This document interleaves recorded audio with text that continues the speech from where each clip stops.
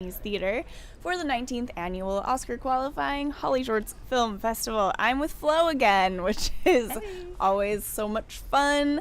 Here I have Cindey, Anna, and Robyn. They are writer, director, and art director of Pivot, which is actually our first animated film that we have here today up here in the booth. Wow. So I'm stoked to get to know everything because I kind of don't even know what questions to ask you. It's so far from what I've been focusing on. So I'm really excited. Why don't we start with you giving us a log line for the film? Sure. How about our creator? Let's do it, Robyn. Pivot is about a 12-year-old girl named Ashley. It's her birthday, and every year her mom makes her wear a horrible, gaudy, over-the-top dress that matches her own outfit. The birthday dress. And yes. This year, Ashley's always hated it, and this year she decides to take it on and stand up for who she is. Okay. That is, at 12, it seems like that's kind of when we all start to kind of find our own footing. So that's definitely something that's very relatable. So my first question here is, when you're getting together a team for animation, did you outsource and did you find an animator that you loved? How did you go about looking for someone who could, tell the story that you wanted to tell? So we actually made this film through a program called ACE. It's what is it? So it's a career accelerator program put on by women in animation. Okay, fantastic. So we all applied. I applied with the script and the idea beginning, and then a jury of 6 women who are like the best, the most amazing, like heads of animation studios. Okay. Of, like Atomic and Kickstart and Braun and Amazing. stuff all judged me, sat there and watched me pitch my show, and actually all of us did that. Okay. And so we created the film together in that process. Okay, so you did that together, not individually. No, we did individually. So that's the thing. That's what it is. The program is about. We were all mid-level career in animation. Okay. And we all had the opportunity to apply the program to be part of this short film that we later on discovered it was Robyn's script. Once she was selected, we received the script, and each one of us applied with a pitch for how we would contribute to the film.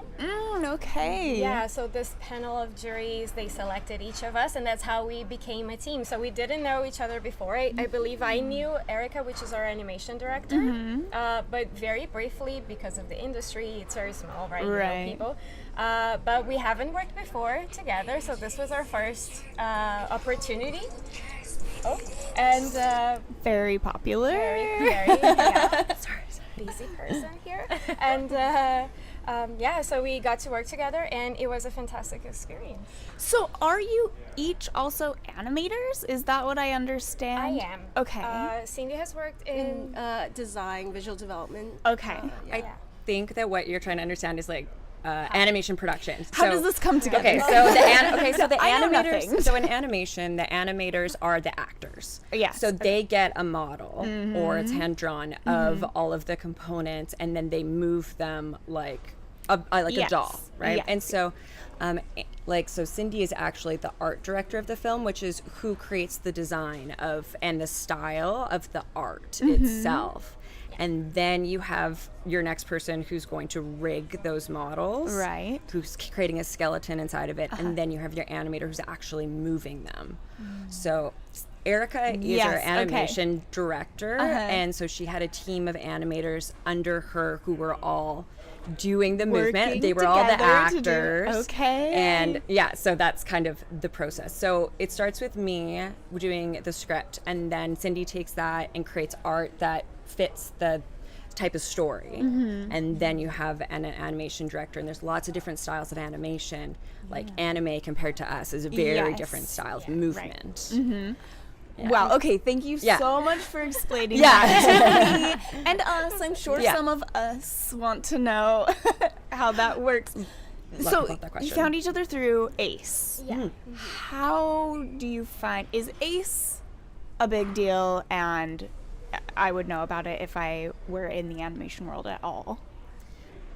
How'd you find it? We are actually like the second edition of the program. Okay. The first edition, it's fairly new, and the first edition was actually named 5 in Focus, which had 5 women. We are now 6 women, so the program continues to expand. And after us, since the program has been quite successful, like we've been proven to work, right? Yeah. They're going to have a 3rd edition now with more partnerships, and they're going to go across Canada. So we were all Vancouver based, but now the next edition is going to go all across Canada. So. I know now that Indy's sad she didn't take this interview because she's also Canadian and she wishes she could discuss that with you guys. Yes. Yeah.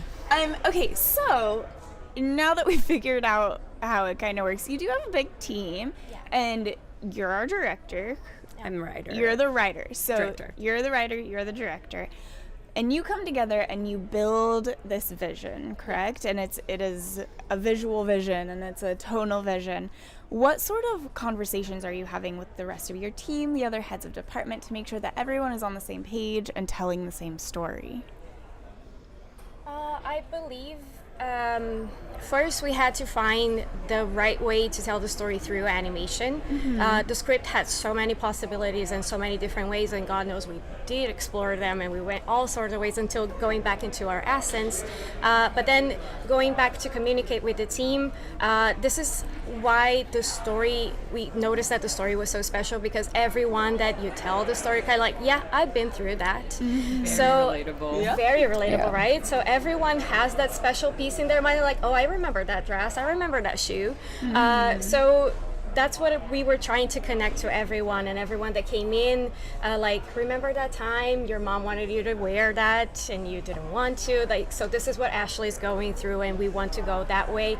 So basically my job going through it all is making sure that everyone had their own creative voice inside. So we had effects directors, we had even our storyboard supervisor. She's an amazing artist, and getting her to understand the story and feel what the character was feeling was not really that hard, I'm afraid to say, because we all, as women, we all kind of relate to it very closely. Yeah. So I think that's wonderful that it could be that smooth and that easy. You have enough enough to put together without having to be like, listen, I promise this happens to everybody.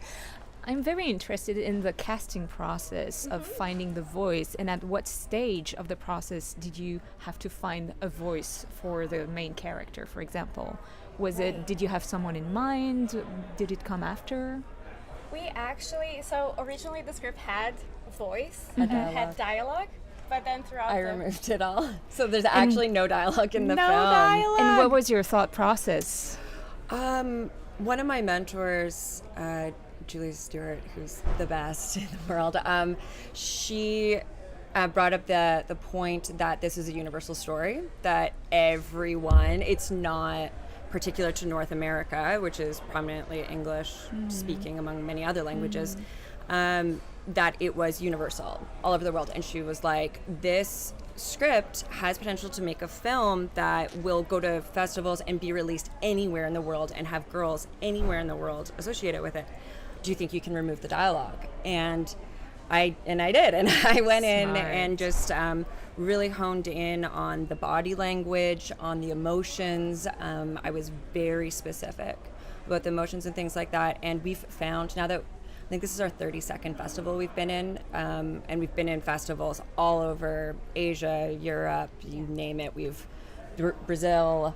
So people really connect to that universal story. A lot. And not to say that even though it doesn't have dialogue, we do have an actress that played the part, Erin Neal, and she was fantastic. How did you find her? We did blind auditions. Like, I just listened to the sounds. I listened to their recordings, and we didn't have like lines for them to say, but they had to go through the emotions and try to make the sounds that a 12-year-old girl would do.